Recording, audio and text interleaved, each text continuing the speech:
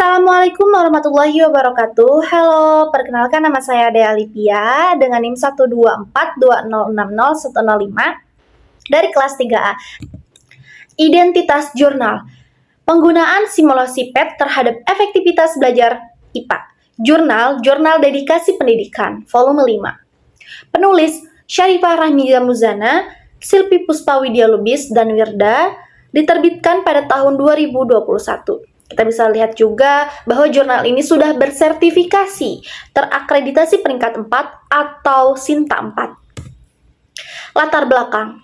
Peran pendidikan mempunyai arti penting untuk kemajuan suatu negara.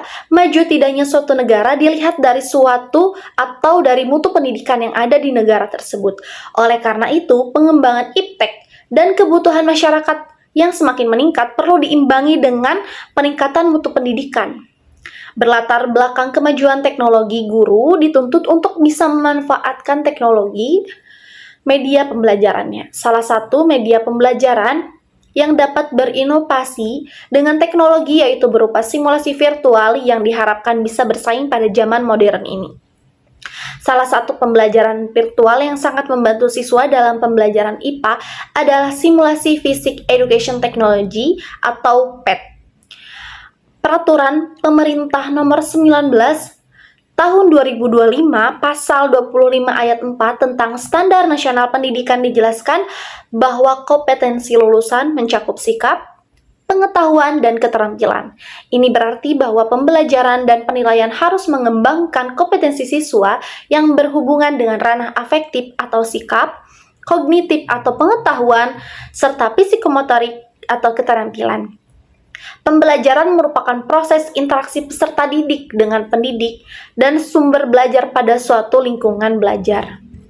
Untuk mencapai tingkat kompetensi siswa tersebut, guru tentunya harus lebih kreatif dalam hal memilih model pembelajaran yang digunakan pada saat mengajar. Metode penelitian pada jurnal ini. Metode penelitian ini menggunakan metode kualitatif.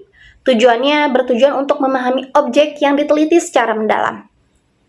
Metode penelitian kualitatif adalah metode penelitian yang berlandaskan pada filsafat pospositisme. Digunakan untuk meneliti pada kondisi objek yang alamiah. Sebagai lawannya adalah eksperimen, di mana peneliti adalah sebagai instrumen kunci. Teknik pengumpulan data dilakukan secara triangulasi atau gabungan. Analisis dapat bersifat induktif atau kualitatif. Dan hasil penelitian kualitatif lebih menekankan pada makna daripada generalisasi. Hasil pembahasan. Media simulasi PET atau Physics Education Technology. Salah satu software aplikasi open source untuk memudahkan siswa dan guru dalam memahami pelajaran matematika dan sains, yaitu mencakup fisika, kimia, biologi, dan kebumian. Penggunaan simulasi PET dapat membantu guru dan bisa langsung menjelaskan materi pelajaran yang bersifat abstrak dengan dibuktikan melalui simulasi-simulasi. PET ini juga bisa membuktikan hal-hal yang sulit dari praktikum yang dilakukan di laboratorium nyata. Hasil penelitian yang dilakukan Ekawati et al. Tahun 2015 menunjukkan skor rata-rata hasil belajar fisika kelas 10 di SMA Muhammadiyah Limbung sebelajar menggunakan simulasi PET sebesar 10,88. Setelah belajar dengan menggunakan simulasi PET sebesar 15,19. Dari hasil analisis uji N-gen diperoleh N sebesar 0,4 yang menunjukkan adanya peningkatan hasil belajar fisika peserta didik kelas 10 di SMA Muhammadiyah Limbung tahun ajaran 2014 dan 2015 sampai 2015 dalam kategori sedang. Bisa kita lihat juga gambar-gambar menunjukkan pada saat kita menggunakan simulasi PET ini. Gambar pertama, simulasi pelajaran fisika untuk fotolistrik. Gambar kedua, simulasi pelajaran biologi untuk neuron. Dan gambar ketiga, simulasi pelajaran kimia untuk concentration. Bisa kita lihat juga ada PET-nya, yaitu kita bisa akses melalui link tersebut. Hasil pembahasan keunggulan simulasi PET. Pertama, mempermudah pembelajaran, waktu yang digunakan sangat efisien.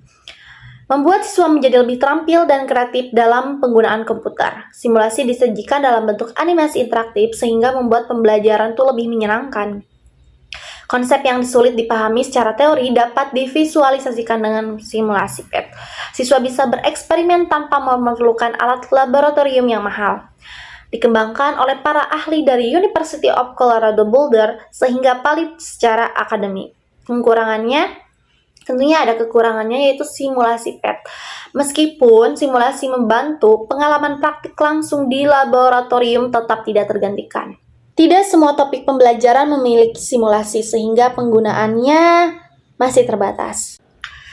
Dengan menggunakan simulasi PET, siswa akan lebih aktif pada saat belajar dan lebih semangat untuk mengikuti pelajaran. Disebabkan PET menyediakan hal-hal yang unik, menarik dalam proses belajar mengajar. Efektivitas belajar siswa dengan menggunakan simulasi PET ini bisa dilihat dari proses pembelajaran dan hasil belajar yang meningkat.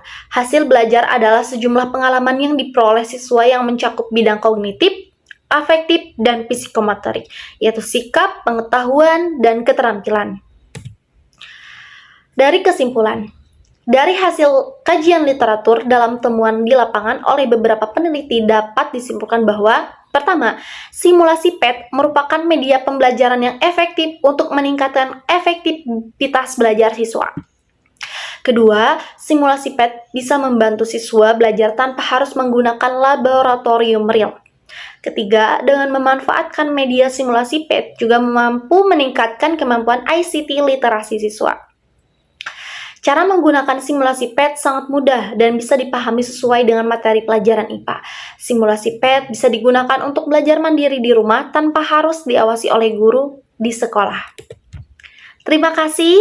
Wassalamualaikum warahmatullahi wabarakatuh. Sampai jumpa.